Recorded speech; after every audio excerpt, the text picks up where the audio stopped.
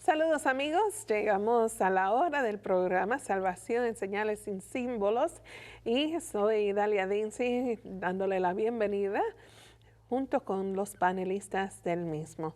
Cicely, ¿cómo te sientes hoy? Muy bien, de verdad muy agradecida porque ha sido un estudio profundo pero muy provechoso y me imagino que así deben de estar los televidentes, ¿verdad? Con ese ánimo de estudiar. Amén. Así que pueden ir buscando sus Biblias para continuar. Sí, qué bien que lo mencionas. ¿Sí? Definitivamente, una parte muy esencial del programa. Claro que nuestros amigos tengan sus Biblias, dónde anotar y con qué anotar, ¿verdad? Porque a veces de repente los pastores nos dan referencias a otros textos. Mucha información que necesitamos repasar y volver, sí, es verdad. Y mientras, bueno, yo aprendo mucho escribiendo y escuchando y leyendo y viendo. Así que, pero bueno, en esta hora nuevamente tenemos a nuestros invitados. Voy a comenzar con el pastor Delgado aquí. Bienvenido. Gracias por la nueva oportunidad. Aquí estamos dispuestos a continuar aprendiendo y compartiendo con nuestros amigos y con ustedes lo que hemos podido entender de la Biblia, especialmente del libro de Apocalipsis. Aproveche el momento, pastor, para saludar a aquellas personas que se han comunicado con usted, ya que han seguido la programación o estudiando de sus libros. Sí, extiendo un cordial saludo a todas las personas que nos han contactado de diferentes países y en ocasiones en algún campamento, el año pasado en el campamento de la Gran Conferencia de Nueva York, campamento hispano, mientras cruzaba de un lugar a otro, alguien se abalanzó sobre mí y yo lo abracé creyendo que iba a caerse, pero realmente fue que se emocionó y me dijo, este es el pastor que está dando la clase de Apocalipsis. Ay, qué Así bien. que yo dije, wow, es increíble, qué bonita la impresión con algunas personas. Y me dijo, nosotros lo vemos siempre. ¿Cuándo viene la segunda parte? Sí. Bueno, pues aquí estamos trabajando. Un saludo a todos ellos. Amén. Que oren por nosotros y sigamos hacia adelante. Así es. Bueno, y a tu lado, Cicely, ¿a quién tienes? Bueno, a mi lado tenemos al señor... a mi esposo, el pastor Carlos Muñoz. Maranata. De Barahona, acuérdense. De Barahona. Me puso el sello. Así es. De Cicely. Son uno del otro. Nosotros también hemos estado en diferentes lugares y la gente se nos acerca. Oh, lo vimos en el programa. Le gusta mucho. Está bueno. Así que... Gracias a Dios. Amén. Amén. Amén. Amén. ¿Y qué vamos a hacer durante esta hora? Estudiar la Biblia. Es lo que vinimos a hacer. En se le está pegando lo mío. Pastor, ¿en qué particular vamos a estudiar? Vamos a entrar en el Apocalipsis capítulo 6, lo que se conoce como el mensaje de los tres ángeles. ¿Capítulo 6? Capítulo 14, versículo 6. Ah, muy bien. Mensaje de los tres ángeles. Pero antes vamos a decir a las personas que quieren profundizar más, porque aquí no tenemos tiempo para ir en cada versículo, cada palabra, que sería ideal, pero hay más recursos para la gente que quiere profundizar. Definitivamente. Bueno, el que está cerca de mí se llama Las fascinantes profecías del Apocalipsis, con notas adicionales de profundización. Y esto lo escribió nuestro pastor Héctor Delgado. Así que para más información, más material de todo eso, por favor, pastor, comparte. Sí, pueden conseguir estos materiales entrando a mi página web, www.hadlibros.com. Igualmente pueden conseguirnos en Facebook con el mismo nombre, HAD Libros, y pueden escribirnos a nuestro correo electrónico, adelgado.hector@gmail.com. Muy bien. Entonces tenemos también este librito que se llama Explore los misterios de Daniel y Apocalipsis. Entonces, esto es cortesía de Amazing Facts. Por favor, díganos acerca del material. Sí, ¿Cómo adquirirlo también? ¿Más material? Bueno, lo pueden adquirir yendo a la página amazingfacts.org, la tienda, store, ahí en la página. Y ahí está en inglés y español. Y puedes poner español en general o Spanish y ahí aparecen un montón de otros recursos. También pueden llamar acá, ¿verdad? Si están muy interesados. Oh, y sí, ustedes se los hacen llegar. También estamos en nuestra página en Facebook y YouTube, Descubriendo el Apocalipsis. Ahí podrán encontrar diferentes tipos de temas y podrán gozarse, ¿verdad? De lo que Dios. La revista no se la podemos mandar por correo electrónico, porque no los tenemos en formato PDF, pero sí otros materiales. Sí. Muy bien. Y ambos de nuestros pastores aquí en el panel están dispuestos a viajar, a ir y congregarse con los hermanos en cualquier parte del mundo donde Dios los llame. Ustedes dicen presente. Amén. Amén. Así es. Amén. Bueno, vamos a tomar un momento para la oración. Ya hemos orado, hemos seguido orando por ustedes, orando por nosotros mismos, por el programa también. Pero en esta oportunidad deseamos tomar una pausa y el pastor Muñoz va a orar por todos. Vamos a orar. Padre Santo, gracias por nuevamente el privilegio de estar aquí, nuevamente el poder accesar tu palabra, el privilegio de ser tus hijos, de pertenecer a tu pueblo. Y gracias, Padre, porque has puesto en nosotros el gozo y el deseo de querer entender tu palabra mejor, para poder vivir de acuerdo a él, para conocerte y enamorarnos más de ti cada día más. Amén. Te pedimos que nos ayudes en este estudio que vamos a tener y también bendice a todos los que nos están viendo y escuchando. Y te lo pedimos en el nombre de Jesús. Amén. Amén. Amén. Muy bien, entonces habíamos concluido en el versículo 5, la última vez que estuvimos aquí juntos, donde estaba hablando de los 144,000 y el cántico, ¿verdad? De los 144,000. Estábamos hablando también de un poco de el asunto de la marca de la bestia, estos eventos finales que se están hablando y que nos está anunciando las cosas que van a venir y sobre todo cómo podemos prepararnos para estos eventos, ¿verdad? Porque el conocer y entender esta información sin la preparación no sirve de nada, es simplemente información. Entonces Dios quiere prepararnos y Dios nos da también dentro de las explicaciones, nos da destellos y vislumbres de las cosas que podemos hacer para estar preparados. Algo que recuerdan, que recuerdan sobre los 144,000. Es un grupo especial, apartado, ¿verdad? Que un grupo que guarda los mandamientos de Dios y tiene el testimonio de Jesucristo y Muy que bien. sobre todo aquí hablaba que tienen un cántico nuevo que solo ellos conocen. ¿Verdad? El cántico la es gran producto liberación. de esa experiencia, ¿verdad? La alabanza a Dios por la liberación. Decía que siguen al Cordero por donde quiera que van, ¿verdad? Qué lindo. ¿Verdad? Que caminan con Dios, tienen esa relación íntima. ¿Te acuerdas algo más, Idalia, que te recuerdes? Bueno, una pregunta que es muy común es los 144,000 simbólico o no. Sí, habíamos hablado sobre eso también, ¿verdad? Es un número representativo.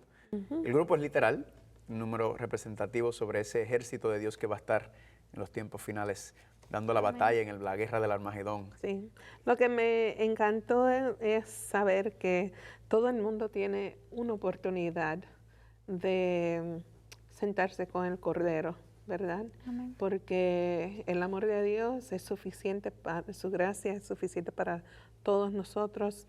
Él nos perdona, Él nos recibe. Y lo único que nosotros tenemos que hacer, en mi entender, es que darle permiso a Dios para que esté en nuestras vidas y nos prepare para ese encuentro. ¿Cuándo hay que hacer eso? Bueno, ya. Todos los días. Todos los días. Todo el día. Todo el día. Sí. Todos los días, todo el día. Mientras uno esté despierto, todo constantemente una conexión con el cielo. Y ustedes van a decir, Idalia, yo no puedo orar cuando estoy lavando los platos. Bueno, fíjese que a veces estoy lavando los platos en la casa y yo digo, wow, Señor, límpiame de tantas cosas que yo tengo en mi vida, ¿verdad? Amén. Amén. Así como está limpiando el plato. Sí, exactamente. Así que si estás pelando unas papas y tienes una Pélame, parte Señor. así, Señor, quiero cortar todo lo malo de mi vida, todo lo malo, los pensamientos malos o lo que sea. Todo lo santo, todo lo puro, Amén. todo. Amén. En eso Así pensar. es. Así que gloria a Dios por eso. ¿Tienes algún resumen sobre lo que ¿Estamos listos estudiamos la entonces otra para vez? pasar al mensaje de los 3 ángeles? Sí, sí. Bueno, pues entonces quizás convenga aportar un detalle interesante y que quizás también fue bueno haberlo mencionado cuando iniciamos el capítulo 12, porque al llegar a este capítulo llegamos a la parte central de las descripciones proféticas del libro. Apocalipsis 12 al 14 es como el centro, la parte neurálgica de todo el libro.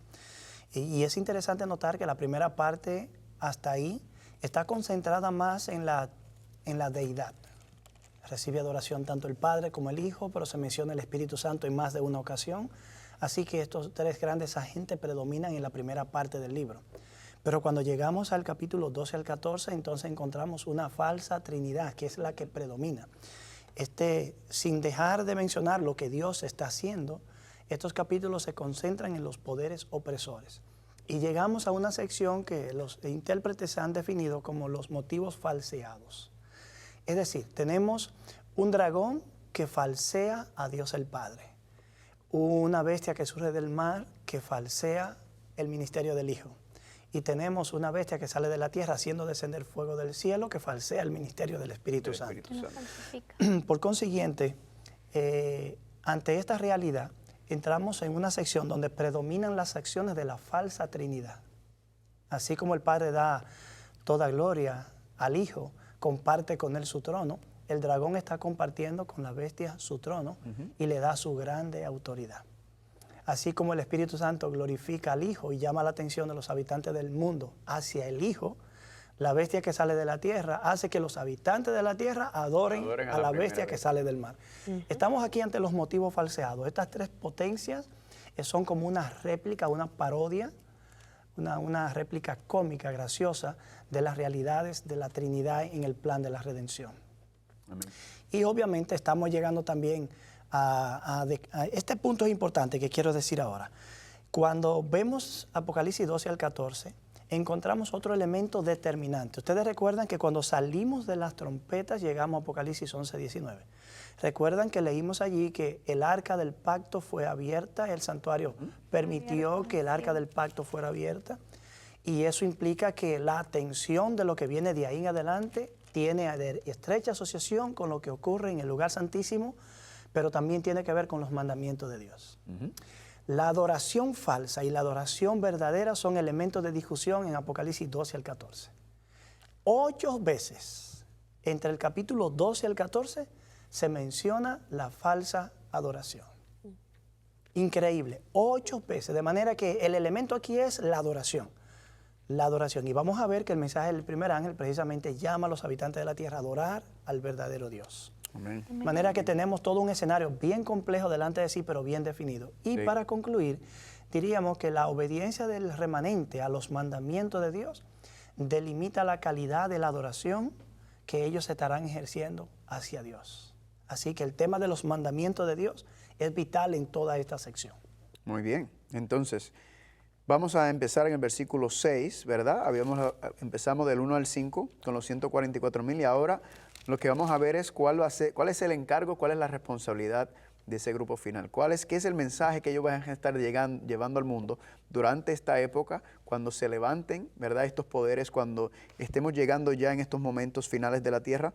¿Qué mensaje van a dar al mundo? Vamos a empezar con el versículo 6. Idalia, ¿quieres leerlo? Muy bien. Dice, en medio del cielo vi volar otro ángel que tenía el evangelio eterno para predicarlo a los habitantes de la tierra, a toda nación, tribu, lengua y pueblo. Amén. Entonces, este mismo mensaje lo dio Jesucristo. Vayan conmigo a Mateo capítulo 24. Este mensaje, este evangelio eterno, ya hemos escuchado sobre el concepto del evangelio, ¿verdad? El plan de salvación. Aquí nos habla del evangelio eterno. Mateo capítulo 24, versículo 14. Mateo 24, 14. ¿Puedes leerlo, amor? Y será predicado este evangelio del reino en todo el mundo para testimonio de las naciones, y entonces vendrá el fin. Muy bien. Entonces Cristo dice que antes del fin de este mundo será predicado ¿qué cosa? El evangelio. El evangelio del reino, ¿verdad? ¿Y será predicado en dónde? Todo el mundo. ¿Por medio de qué? Del testimonio. ¿A quién? A todas las naciones. Y entonces vendrá el fin. Entonces Cristo nos está hablando que habrá un evangelio que será predicado, el evangelio del reino en todo el mundo justo antes del fin, en otras palabras, en preparación para el fin. Y vamos a hablar sobre ese cuando regresemos de nuestra pausa. Sí, una buena introducción al tema para arrancar de ahí. Bueno, amigos, ya regresamos. Simplemente queremos compartir una oportunidad para que ustedes anoten cómo enviar sus preguntas, sus inquietudes y comentarios para el programa. Así que ya regresamos. Si tiene preguntas, dudas, comentarios, escríbanos a sess@3abnlatino.tv o 3ABN Latino, P.O. Box 220, West Frankfort, Illinois, 62896. Y recuerde, invite a sus amigos a ver el programa Salvación en Señales y Símbolos. Le queremos agradecer desde ya por enviar sus correos, sus comentarios, sus dudas y también déjenos saber su opinión del programa y cómo le está yendo y cómo lo está usando también. Si hay un grupo pequeño que lo están estudiando y cosas así, sería bonito saber de qué manera esta herramienta es útil en sus vidas. Bueno, continuamos el estudio. Terminamos de hablar, de leer en Mateo 24, versículo 14, ¿verdad? Exacto. Y estábamos haciendo una conexión entre este versículo donde Cristo dice que habrá el evangelio del reino será predicado en todo el mundo como antesala a la segunda venida, ¿verdad? Al fin de este mundo. Entonces, ¿cuál es el evangelio que será predicado justo antes del fin del mundo? El versículo 6 lo dice, ¿verdad? El evangelio eterno, para predicarlo a quienes? Los habitantes de la tierra. A todos los moradores de la tierra, a toda nación, tribu, lengua y pueblo. Así que Cristo mismo nos está llevando para acá, para Apocalipsis, nos está diciendo, vayan y estudien ese mensaje, porque ese es el mensaje final que se va a dar en preparación para mi venida, ¿verdad? Para preparar a mi pueblo, para advertir al mundo, para dar la última advertencia sobre el evangelio eterno, que es el plan de salvación, ¿verdad? Sí. El plan que fue establecido desde el comienzo y que será enseñado y estaremos estudiando por el resto de la eternidad. El evangelio eterno por medio del amor de Dios. Así que, ¿cuántos están emocionados por eso? Amén. Amén. Amén, ¿verdad? Gloria a Dios. Ahora, vamos a entrar al evangelio eterno, vamos a estudiar algo. No sé si querés añadir algo, Héctor, ahí sobre el evangelio eterno. No, está bien claro lo que está diciendo. Ahí vamos a avanzar al siguiente punto. Si quieres, lee ahí tú mismo. Ok, ¿qué versículo quiere que leamos? El 7. El 7. Bueno, aquí viene ahora a explicar mucho más contenido. Verso 7 del capítulo 14 de Apocalipsis. Este ángel decía a gran voz, temed a Dios y dadle gloria, porque la hora de su juicio ha llegado. Adorad a aquel que hizo el cielo y la tierra, el mar y las fuentes de las aguas. Amén. Un imperativo. Exactamente. Hay que adorar a Dios y darle gloria, porque porque la hora de su juicio ha llegado. El tiempo se acaba. Exacto. Eso aquí nos está dando 4 puntos, ¿verdad? De parte de este primer ángel. Teme a Dios y darle gloria, porque la hora de su juicio llegará.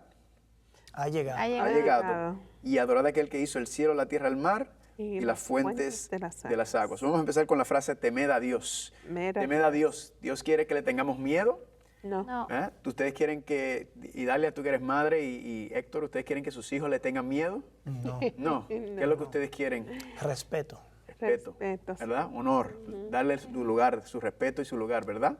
Temed a Dios me recuerda una frase que aparece en el libro de Eclesiastés. Vamos allá al libro de Eclesiastés. Una frase muy interesante. El temor de Dios es honrar a Dios, es respetar a Dios, es darle honor a Dios. ¿Por qué? Porque primero, porque Él es Dios, ¿verdad? Así es, Él es amén. el Dios creador. Segundo, porque cómo no hacerlo cuando nos ha manifestado y nos ha dado lo mejor que ha tenido, que fue a su Hijo. Amén. Y lo dio todo. Y el temor de Dios entonces está directamente ligado. Noten cómo estos versículos que vamos a leer ahora están ligados con el mensaje que estamos estudiando en Apocalipsis capítulo 14. Eclesiastés capítulo 12, versículos 13 y 14. Cuando lo quieres leer, amor. 13 y 14. El fin de todo el discurso oído es este: teme a Dios y guarda sus mandamientos, porque esto es el todo del hombre. Porque Dios traerá toda obra a juicio, juntamente con todas las cosas encubiertas, sea buena o sea mala. Amén. Entonces aquí, ¿cuál es la temática en Eclesiastés? El fin de todo, teme a Dios, guarda sus mandamientos. ¿Por qué? Porque juicio. El juicio, ¿verdad? Nuevamente ligando el tema del juicio, ¿verdad? Entonces, el temor a Dios, ¿a qué nos lleva? Cuando tememos a Dios, cuando honramos a Dios, cuando respetamos a Dios, cuando somos agradecidos con Dios, a la obediencia, ¿verdad? La adoración, ¿cuál es la manera de adorar verdaderamente? Si uno quiere adorar a Dios, nos rendimos a Él. Obediencia, ¿verdad? Esa es la mejor manifestación de que adoramos a Dios, es que nos rendimos ante Él en todo momento. Así que el temer a Dios está directamente ligado con la frase de guardar los mandamientos.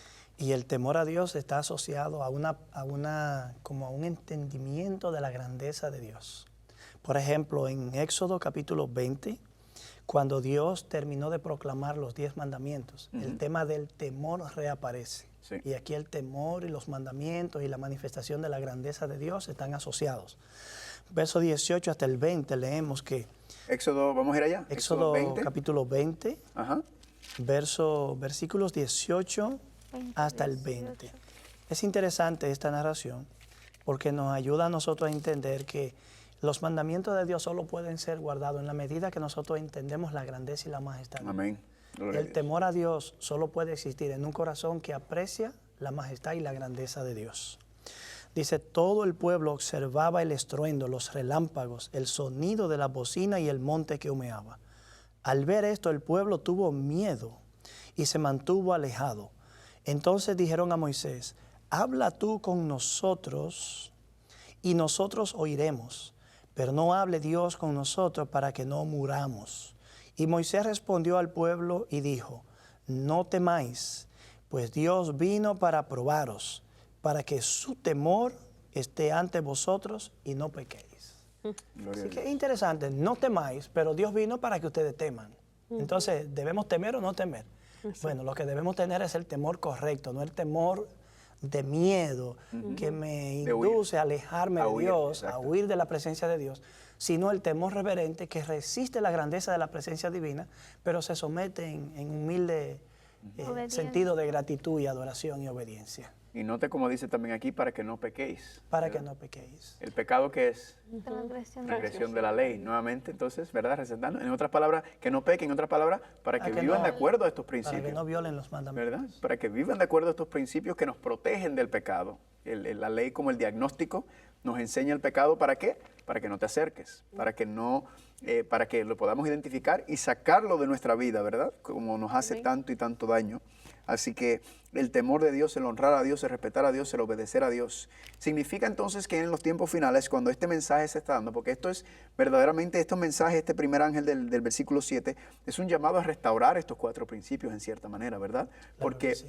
si se está proclamando esto, temen a Dios, denle gloria, la hora del juicio ha llegado y adorarlo como el que hizo el cielo y la tierra, significa que de alguna manera estos principios se han olvidado, ¿verdad? Podemos ver hoy en día en el cristianismo donde hay personas que piensan o dicen, cristianos muy sinceros, que la ley de Dios ha sido abolida, que la ley de Dios ha sido puesta a un lado, que eso ya no tiene validez hoy en día, que eso era de antes. ¿Verdad que sí? Entonces Dios está llamando a restaurar esos principios. ¿Por qué? Porque es el instrumento que en primera dimensión nos ayuda a entender y ver cuál es el pecado, qué fue lo que mató a Cristo, ¿verdad? Y entonces nosotros viendo el sacrificio de Cristo, yo no sé ustedes, pero yo no quiero pecar. ¿Verdad? Porque el pecado mató a mi Señor Jesucristo. Yo no quiero vivir en pecado, entonces los 10 mandamientos son tan válidos hoy como lo fueron en el monte Sinaí, como lo fueron también en el jardín del Edén, ¿verdad? Porque Dios le puso un mandato, dijo, no hagan esto porque esto no les conviene. Y lamentablemente nuestros primeros padres cayeron. Hacemos bien en recordar que estos mensajes de advertencia están siendo proclamados en el contexto de una contienda, de una confrontación. Por eso se destacan elementos claves en el conflicto.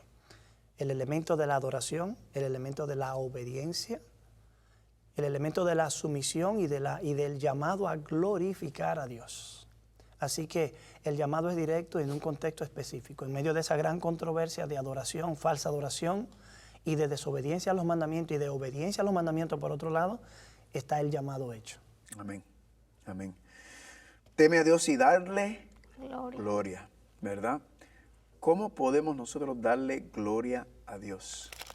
Me pregunto yo, si Dios es el dueño de la gloria y nosotros no tenemos gloria, ¿cómo podemos nosotros darle gloria a Dios? Quizás reconociendo su gloria, Ok, su poder, ¿verdad? porque Él es Dios, dándole el lugar que Él merece. muy bien. Me pregunto, ¿será que habrá algún momento en la historia en donde el ser humano poseía la gloria de Dios? Sí. ¿Cuándo? Génesis capítulo... En el comienzo, ¿verdad? Cuando Adán y Eva moraban en la presencia de Dios, Sí. dice Génesis 2 que ellos no se daban cuenta de su desnudez. Así es. Porque estaban cubiertos por la gloria de Dios, moraban en la presencia de Dios por el carácter, ¿verdad? Porque tienen un carácter, así, imagen y semejanza de Dios. Así Los que pensamientos, los sentimientos, los deseos eran puros, eran limpios, Sí. ¿verdad? Pero cuando entra el pecado, ¿qué ocurre? El ser humano entonces ya cae fuera y la imagen o el carácter que Dios, con el cual tuvimos, ha quedado distorsionado. Todavía hay vislumbres, ¿verdad? Somos misericordiosos, somos amorosos, pero está distorsionado con egoísmo, con vanidad, y con condiciones. Orgullo. Exacto. Entonces, la frase darle gloria implica como que tenemos que volver a ese lugar, ¿verdad? Tenemos que regresar a ese lugar en donde le estamos dando gloria nuevamente, donde nuevamente estamos nosotros reflejando la gloria de Dios, ¿verdad? Vi que querías comentar algo ahí, Héctor. Sí, Pablo dice que estamos destituidos de la gloria de Dios. El ser humano por la rebelión cayó de la gloria de Dios, de esa posición privilegiada, perdió el carácter de Dios. El evangelio que está siendo proclamado precisamente va asociado a un llamado a glorificar a Dios, porque el evangelio provee la solución para que la gloria de Dios sea restaurada. Amén. Y cuando Pablo dice que los seres humanos están destituidos, la frase que está utilizando en términos gramaticales allí denota que la persona que está destituida siente profundamente la necesidad, la falta. No solo está destituido, sino que sabe y siente profundamente que está destituido. Pablo también es el que dice en Corintios que ya sea que nosotros comamos, bebamos o hagamos cualquier otra cosa, lo hagamos todo para. Y es un llamado a los cristianos. Es una apelación a los cristianos, a quienes se supone que han conocido nuevamente la gloria de Dios y en quien el evangelio, el poder del evangelio está restaurando el carácter de Dios para el día final. Y me acuerda también a Moisés, lo habíamos mencionado anteriormente. Sí. Él reflejó la gloria de Dios. ¿Por qué? Porque pasaba tiempo. Estaba en la presencia de Dios, ¿verdad? Significa que entonces que si queremos esa relación, si queremos regresar a la presencia de Dios, tenemos que volver al santuario.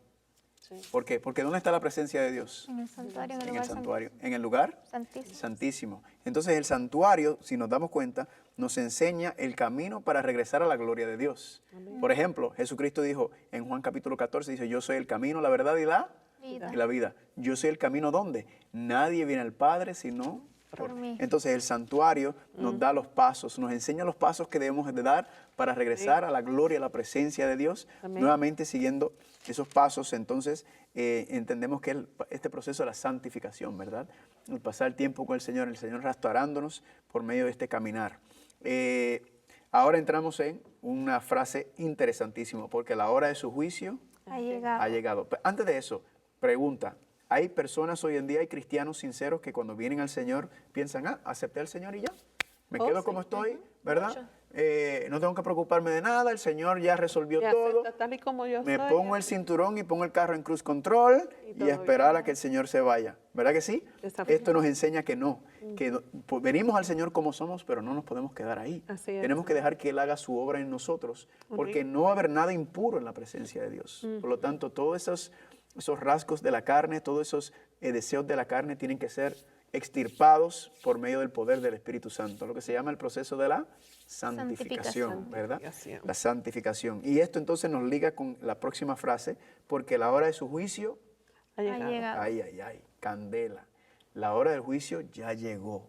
La hora del juicio ya comenzó. Ay. Cuéntame, Héctor. Bueno, esa es la razón por la que los seres humanos son llamados a glorificar a Dios y a temer a Dios. No es un llamado sencillo y nada más, es un llamado por una causa. Es una etapa del tiempo en el que Dios está haciendo un juicio. Y es interesante notar que aquí no se está hablando de que el juicio de Dios viene en camino, que Dios un día juzgará. La frase que aquí se está utilizando es la que tiene que ver con el juicio que ya está en sesión, no con un juicio que se va a ejecutar en algún momento.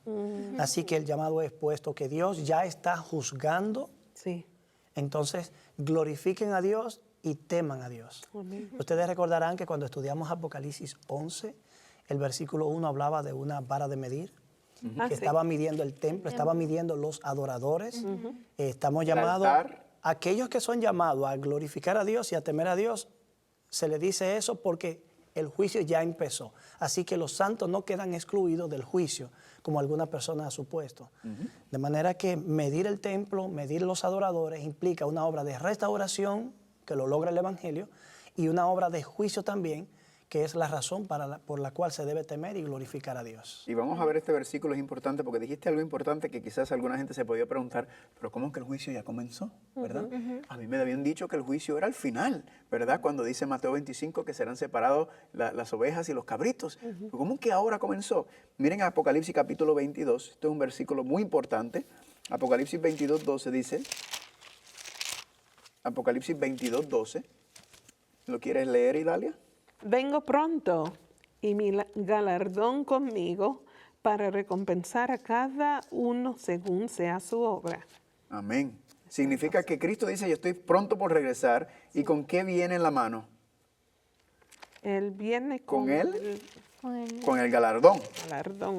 Por lo tanto, si Él viene con el galardón, con la corona, significa que la determinación o la decisión de quién lo recibe ya ha sido tomada. ya se tiene que haber hecho antes de regresar, ¿verdad?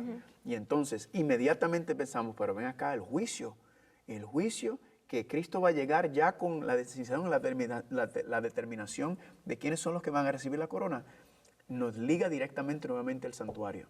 ¿Por qué? Porque ¿dónde se llevaba a cabo el juicio? En el santuario. Lugar santísimo. En el lugar santísimo. Lugar En el lugar santísimo, ¿verdad? Cuando el sumo sacerdote entraba en el día de expiación, eso se consideraba el gran día del juicio. En otras palabras, la determinación se determinaba quiénes son parte del pueblo y quiénes iban a ser excluidos del pueblo, ¿verdad? Significa que entonces que esta primera fase del juicio que estamos viendo, porque al igual que aquí en la tierra, los juicios tienen diferentes etapas, ¿verdad que sí? Sí. La primera etapa viene la etapa de investigación, la acusación. La investigación, se hace una investigación, se busca la evidencia, se llama discovery en inglés, ¿verdad? Y luego de que se investiga, se analiza la investigación, entonces se determina si se van a llevar a cabo el proceso judicial, si la persona hay suficiente evidencia para determinar que la persona es culpable o inocente. Luego viene el juicio en sí y luego del juicio viene la sentencia. Pues el juicio en la Biblia también es muy parecido. De hecho, los elementos que nosotros utilizamos en nuestro sistema judicial, adivine de dónde vienen. De la Biblia. Vienen de la Biblia, ¿verdad? Vienen de la Biblia. Sí. Y este juicio entonces que se está llevando a cabo, entonces este proceso ya comenzó. ¿Por qué? Porque Cristo ya ha entrado al lugar santísimo, el santuario celestial. Quería leer con ustedes un versículo, Daniel capítulo 7. Daniel capítulo 7, si lo queremos leer, aquí ligamos nuevamente a Daniel con el juicio. Daniel capítulo 7, versículo número 9 y 10. Daniel capítulo 7, versículos 9 y 10. ¿Quiere leer? Sí, estuve mirando hasta que fueron puestos tronos y se sentó un anciano de días, cuyo vestido era blanco como la nieve y su pelo y el pelo de su cabeza como lana limpia. Su trono llama de fuego y las ruedas del mismo fuego ardiente. Un río de fuego procedía y salía de delante de él, y millares de millares le servían, y millones de millones asistían delante de él. El juez se sentó y los libros fueron abiertos. Ay. Si el juez se sentó, significa que ¿qué comenzó? El juicio comenzó. Juicio. Pregunta, ¿dónde se está llevando a cabo este juicio? En el cielo. ¿En el santuario terrenal? En el cielo, en el lugar En el santísimo. santuario celestial. En el santuario celestial. Ahí está el trono de Dios, está el Padre, ¿verdad? Sentado. Ahí están todos los santos ángeles representados también. Y es algo interesante, Héctor. Este versículo 9 y 10 va después de los versículos 7 y 8, donde se habla del cuerno pequeño, ¿verdad? Claro. Donde se habla de ese poder opositor a Dios, donde se habla de ese poder, Roma imperial cae, se levanta entonces Roma papal, pero luego entonces viene el juicio. Implica entonces que el juicio tiene que venir después de ese año, cuando ese cuerno pequeño, ¿verdad?, perdió su poder, 1798. El juicio entonces tiene que venir después. ¿Querías comentar algo sobre eso? Sí, cuando leíste el pasaje de Apocalipsis ahorita, que hablaba de que cuando Cristo venga, vendrá con la recompensa para dar a cada uno, evidentemente eso tuvo que determinarse antes. Exacto. Entonces, cuando nosotros estamos hablando del juicio, tenemos que entender que el juicio tiene fases o etapas que deben cumplirse. Y muchas personas hablan de 3 fases. Yo acostumbro hablar de 4. Mira desde qué perspectiva. Un juicio preadvenimiento, que es el que hace referencia al pasaje que leyeron en Apocalipsis, como otros. Por ejemplo, Mateo 16:27 también dice que Cristo cuando venga vendrá con su recompensa para pagar a cada uno conforme sean sus obras. De manera que eso se determina antes de que Él venga para determinar ese pago, o se determina antes de dar el pago. En Apocalipsis 3:5 también se dice que el vencedor, Apocalipsis 3:5, el mensaje a Sardis, el vencedor será vestido de vestiduras blancas y no borraré su nombre del libro de la vida. Lo que implica que hay una posibilidad de que el nombre de las personas sea borrado del libro de la vida. Y precisamente en la fase final del juicio, en Apocalipsis 20, que es la fase ejecutiva, quienes son destruidos y lanzados al lago de fuego y azufre son precisamente aquellos cuyos nombres no están inscritos en el libro de la vida. Por consiguiente, el juicio preadvenimiento lo que determina cuáles son los verdaderos adoradores. Por eso está siendo medido el santuario, están siendo medidos, vindicados o juzgados también los adoradores. Y por eso el llamado urgente del mensaje del primer ángel que dice, dale gloria a Dios, reconócelo, témele, guarda sus mandamientos, porque la hora de su juicio ha llegado. Lo que indica que antes de que el juicio termine, el adorador tiene que haber resuelto sus situaciones con Dios y haber quedado claro. Entonces, las 4 fases del juicio, como yo la veo, es así. Una fase preadvenimiento, que es la que investiga, juzga y mide a los adoradores, donde se determina el pago que se le ha de dar a cada uno. La fase ejecutiva de esa primera fase sería cuando Jesús viene y se entrega la recompensa. Pero luego entonces, quizás veamos más adelante también que durante los 1000 años hay una fase de juicio también en la que los impíos son juzgados por los santos. Eso también tenemos oportunidad de verlo. Y finalmente entonces viene la fase ejecutiva que concluye esa parte, que es la que menciona Apocalipsis 14. Exactamente. Entonces, por eso es importante entender cada etapa para poder organizar los eventos como están siendo explicados aquí también. Hay un punto que quería resaltar que dice que cada uno, habíamos leído en Eclesiastés 12:14, que Dios traerá toda obra a juicio, juntamente con toda cosa encubierta, sea buena y sea mala. Así es. ¿Verdad? Alguna gente dice, pero yo soy salvo por gracia y mis pecados fueron echados al fondo del mar, ¿verdad? ¿Cómo que yo voy a pasar por un juicio? Bueno, el asunto del tirar los pecados en el fondo del mar, cuando miramos el santuario, recordamos que los pecados representados por la sangre que era derramada, eso era puesto sobre el velo. Y esa sangre, esos pecados no se sacaban hasta el final, en el día de expiación, ¿verdad? Cuando terminaba el proceso de expiación. Y alguna gente temen, pero todo lo bueno y lo malo, ¿verdad? Porque dice Pablo que todos tendremos que compadecer ante el tribunal de Dios. Quiero resaltar ese punto de la vindicación. Lo bueno y lo malo que se va a presentar del juicio de cada uno de nosotros, ¿verdad? Sí. Que es en el cielo. Nuevamente la gente, pero ¿cómo voy a estar en el juicio si yo estoy aquí? Bueno, obviamente ha sido de las personas que ya han muerto, ¿verdad? Que ya han pasado a dormir la primera muerte. Y Cristo es el que es representante, ¿verdad? Porque Él es el intercesor. Entonces, Él nos representa en este tribunal supremo. Y entonces la pregunta, ¿pero cómo que lo bueno y lo malo?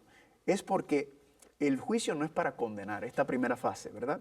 Esta primera fase del juicio es para vindicar, es para probar, para mostrarle Jesucristo al resto del universo, que a esos seres humanos, que esos que han caminado con Él, merecen estar en el reino de los cielos. Primero, porque han aceptado la sangre del Cordero, se han vestido con la ropa del Cordero. Y segundo, porque lo bueno y lo malo, porque se va a ver una diferencia entre la vida de lo que uno era antes y de lo que uno era después, ¿verdad? No es para condenar, ya esos pecados han sido confesados, están en el santuario, no tenemos que preocuparnos por eso, sino que están siendo ahí utilizados para mostrar, mira, esto era lo que Carlos era antes, mira qué sinvergüenza, con mi libro, ¿verdad? Porque decía que nuestra vida está en los libros. Era un sinvergüenza. Pero mira cómo cambió, entregó mi vida. ¿Cuál es la evidencia? Las obras son la evidencia que se va a presentar en el juicio para mostrar que la persona ha tomado una decisión de entrega al Señor, ¿verdad? Podríamos decir que los santos, los redimidos, que entren en contacto con los mundos no caídos, con los seres celestiales, llegarán a la presencia de Dios con la seguridad. Y Dios también dará la seguridad de que ellos no pondrán en riesgo la estabilidad del universo. Amén. En el cielo hubo un conflicto y hubo que separar. Sí. En el Edén fue colocada una pareja edénica perfecta. Surgió el conflicto y hubo que sacarlos de allí. Sí. Al entrar los redimidos a la patria celestial, los ángeles y los habitantes de los mundos no caídos no tendrán la menor duda de que estos que han llegado allí son personas redimidas y que están libres de cualquier problema por la eternidad. La seguridad del universo queda garantizada para siempre. Adelante. Ok, yo tenía una pregunta. ¿En qué momento sabemos que empieza el juicio? Buena pregunta. Buena pregunta. Ahí entonces podemos regresar nuevamente al santuario, ¿verdad? Y podemos ver el orden del santuario, el juicio, entendiendo esa primera fase, lo que esto menciona, el preadvenimiento, el lugar santísimo, y ahí entonces está conectado a la profecía de Daniel capítulo 8, ¿verdad? Versículos 14 y 15, ahí donde recuerdan la escena donde estaba viendo el cuerno pequeño pisoteando el plan de salvación. Significa que el cuerno pequeño estaba en pie. El cuerno pequeño estaba en pie pisoteando el plan de salvación, ¿hasta qué año? Hasta el año 1798. Y luego dice, ¿hasta cuándo Dios va a dejar que el cuerno pequeño lo haga? Y luego dice, hasta 2300 tardes y mañanas, ¿verdad? Y cuando estudiamos eso, regresando al movimiento milerita, ellos habían calculado que el juicio iba a comenzar en el 1844, pero pensaban que era el santuario purificador aquí en la tierra. Sí. Pero entendíamos ya, después de ese movimiento se entendió, ese grupo siguió estudiando y entendieron, no, la purificación no es en el santuario terrenal, es que el sumo sacerdote Cristo Jesús iba a entrar al lugar santísimo, a empezar a hacer esta obra de vindicación final, ¿verdad? De preparar la lista de aquellos que van a irse con Él cuando Él regrese en la tierra. La experiencia dulce y amarga del remanente en Apocalipsis 10, precisamente lo que está describiendo la experiencia de los mileristas. Cuando ellos asumieron que la esperanza se consumaría, para ellos eso fue un mensaje glorioso. Pero cuando Jesús finalmente no vino como ellos lo esperaban, eso fue el peor chasco de su vida. Hubo que reorganizar todo. Eso fue como una manera de Dios desbaratar y recrear lo que allí ocurrió. Sin embargo, precisamente eso fue lo que Dios ocultó, porque quiso someter su pueblo a una prueba. El remanente no podía estar formado por personas que profesaban la fe a la ligera o gratuitamente. Tenían que ser pasados por una prueba para que, habiendo pasado por ella, pudiera Dios contar con un pueblo purificado, dispuesto y comprometido. Entonces podemos decir que el juicio comenzó en el momento que Cristo pasa del lugar santo al lugar santísimo. Sí, siguiendo el orden del santuario, eso es lo que nos enseña el santuario, ¿verdad? Que entonces en ese momento, siguiendo las profecías, quizás alguien nos está viendo diciendo, oye, pero ¿qué es esto de 1844? ¿Cómo? ¿De dónde sacamos esto? Habíamos hablado anteriormente de eso, pero también es bueno, ahí entonces nos pueden contactar, ¿verdad? Sí, con el correo electrónico de Héctor, el mío, y nosotros le podemos mandar en más información. Aproveche y dígalo. Bueno, sí, lo aprovecho. Carlitos Munoz, MUNOZ, @hotmail.com o gmail.com, y ahí le puedo enviar todas las notas y los estudios relacionados a eso. ¿Y el email, Héctor? A delgado.hector@gmail.com. Muy bien. Y ahí entonces con mucho gusto le enviamos, porque estos están ligados con las profecías de Daniel capítulo 9, las 70 semanas, los 2300 días y los 1260 días. Así que esas 3 profecías de tiempo que van ligados con el santuario también, el patio, 70 semanas, lugar santo, 1260 días, lugar santísimo, 2300 días. Cabe decir que cuando volvemos otra vez a recordar Apocalipsis 11:1 con la vara de medir y el proceso de restauración, vindicación que se predice ahí, es precisamente lo que Daniel 8:14 está describiendo, la purificación del santuario, que es una profecía coincidente con el juicio de Daniel capítulo 7. Ahora bien, cuando los mileristas entendieron que en 1844 Jesús venía, realmente ellos tenían una fecha correcta en la mano. 1844 era el año al que apuntaba la profecía de los 2300 días. El año es correcto. El problema viene con el evento que ellos esperaban que ocurriera ese año. Creían que era que Jesús vendría a la tierra. Y todo por un error, no de cálculo, sino teológico. Se creía comúnmente que el santuario era la tierra y que la purificación del santuario sería con el fuego del día del juicio. Por lo tanto, para ellos, el santuario siendo purificado era el equivalente de la tierra siendo purificada por el fuego. Posteriormente se entendió que era el santuario del cielo y que la purificación no era más que la obra de juicio, preadvenimiento, que iniciaría en 1844. Amén. Tengo otra pregunta, no sé, con respecto a eso. Sí, el juicio empezó esa fecha, pero el juicio de los vivos, el juicio de todos, el juicio... No, el juicio de los que ya han muerto. Cuando una persona muere, ya ha sellado su vida, ¿verdad? Ha sellado, ¿qué camino ha tomado? Cuando se muere, básicamente lo que está diciendo es, el libro ha terminado para la vida de esta persona, y entonces las personas que, esa primera fase del juicio que ocurría en el lugar santísimo, era el juicio del pueblo, ¿verdad? El sumo sacerdote entraba al lugar santísimo para representar al pueblo. Por lo tanto, esa primera fase de los que ya han pasado a la primera muerte va a ser a aquellos que han profesado seguir al Señor. Y eso es lo que se va a presentar, es la evidencia de que, mira, verdaderamente ellos merecen ir al reino de los cielos porque su vida completa, el libro de su vida, muestra que la entrega fue una entrega Después de la completa. pausa voy a comentar algo sobre eso. Okay. Por alguna razón, los vivos no pueden ser juzgados mientras su caso no se ha cerrado. Exactamente. Ok. Luego voy a comentarle algo de eso. Exactamente. Muy bien, bueno, pues el programa ya casi se termina, ¿verdad? Casi, unos minutos. Pero tenemos esta pausa para proveerle información de contacto de cómo conseguir estos programas para que usted continúe estudiando en el tiempo que usted pueda disponer con usted solo, con su familia, con un grupo pequeño. Y ya vamos a regresar. Aquí está la información. Para más información de cómo adquirir su copia de la serie Salvación en Señales y Símbolos, llámenos durante las horas laborales al 1-618-627-7021. También puede escribir a 3ABN Latino, P.O. Box 220, West Frankfort, Illinois, 62896.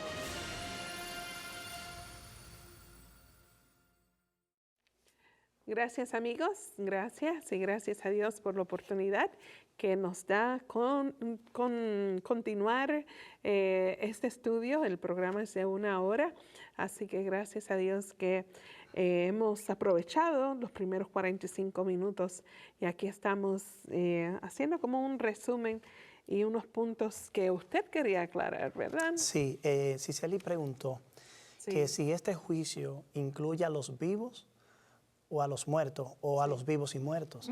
Bueno, el juicio tiene como finalidad ambos grupos, pero no lo está juzgando en forma conjunta.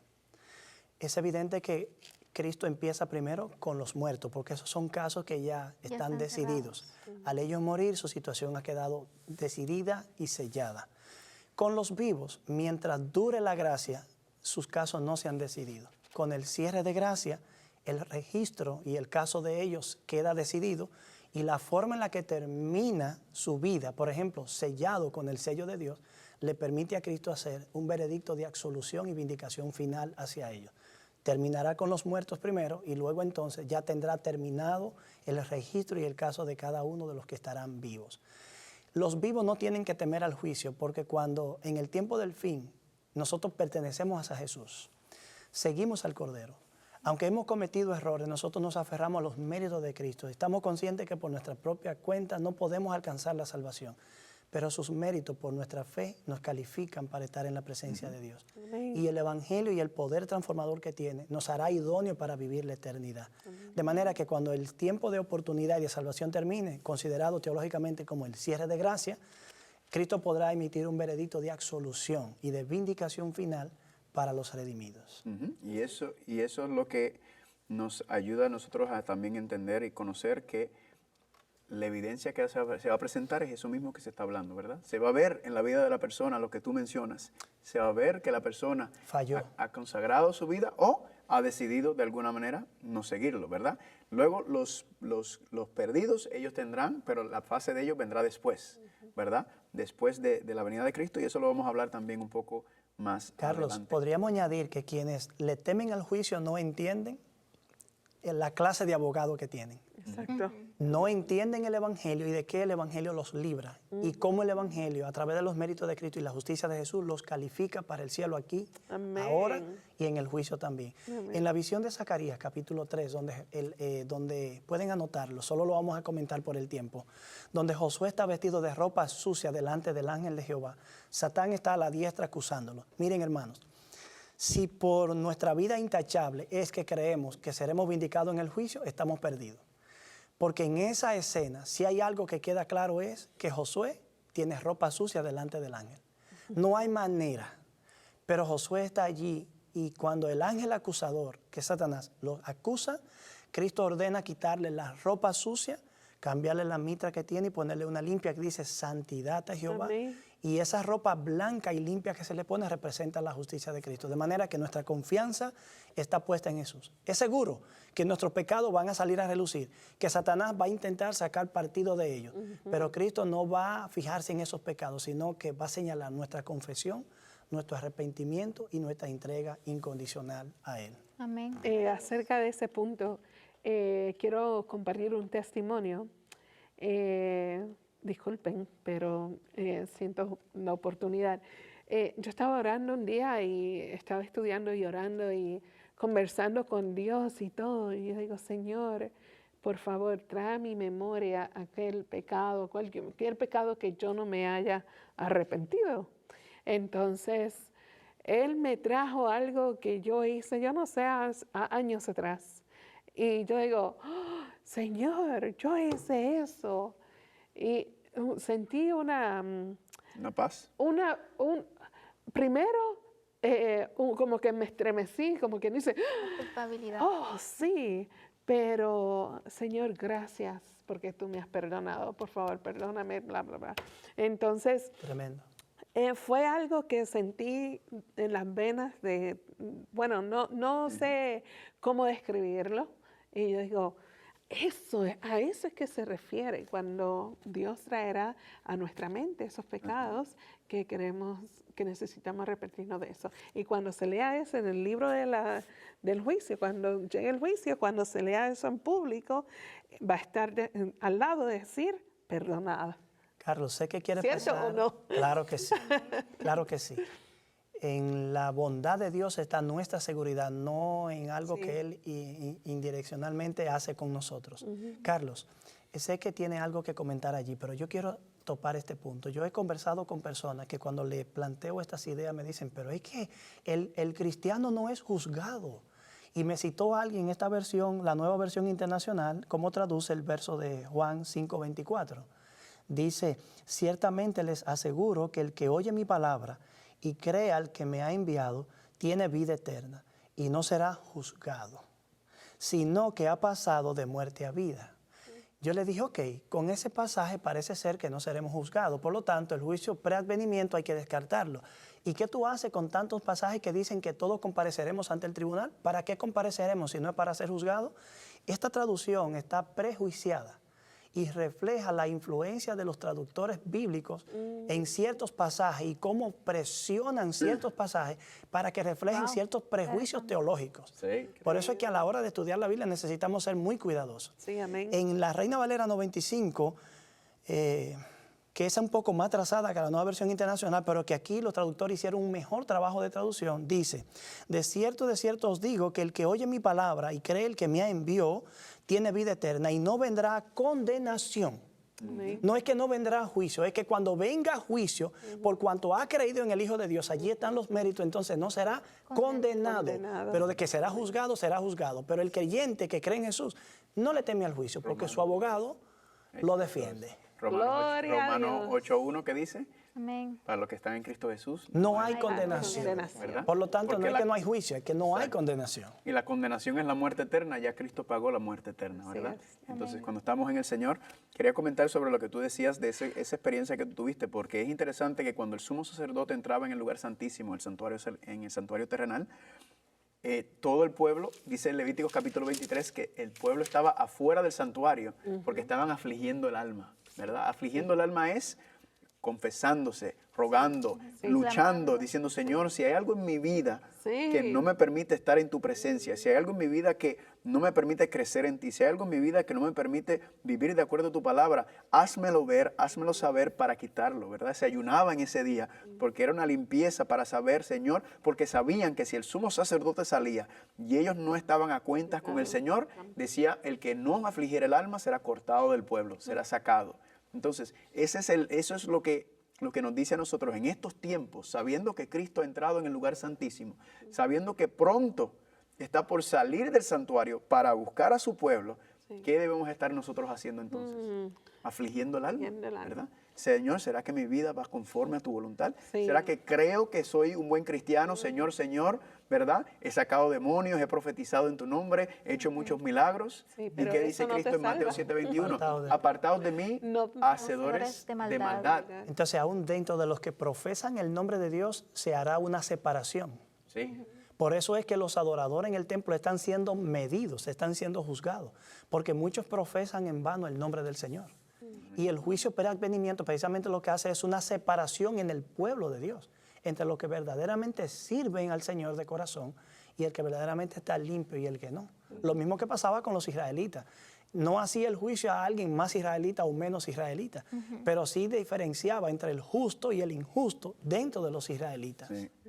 Y eso Cristo en Mateo 7 también dice, el camino de la salvación es estrecho y son pocos los que andan. El camino de la perdición es ancho. Son muchos los que corren. Y Él no está hablando al mundo, Él está hablando a la iglesia. Sí. El mensaje es a la iglesia.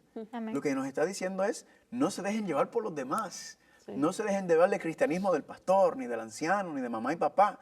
No es que ellos no puedan ser ejemplos dignos, pero nuestro primer ejemplo es Cristo, Sí. ¿verdad? Y si papá, mamá, el pastor, el anciano, si ellos están siguiendo ese ejemplo, entonces gloria a Dios, son ejemplos dignos de imitar. Pero primero tenemos que ir a donde Cristo para saber si nuestra vida va conforme a semejanza de la vida que está llevando Cristo Jesús. Quería decir un punto más. Cuando Él dice en Mateo capítulo 7, 21, apartados de mí, obradores de maldad. Esa palabra maldad en griego es la palabra anomia. La palabra anomia compuesta. Anomia. Nomia, ley. Contra. Opuesto a la ley de Dios. Sin.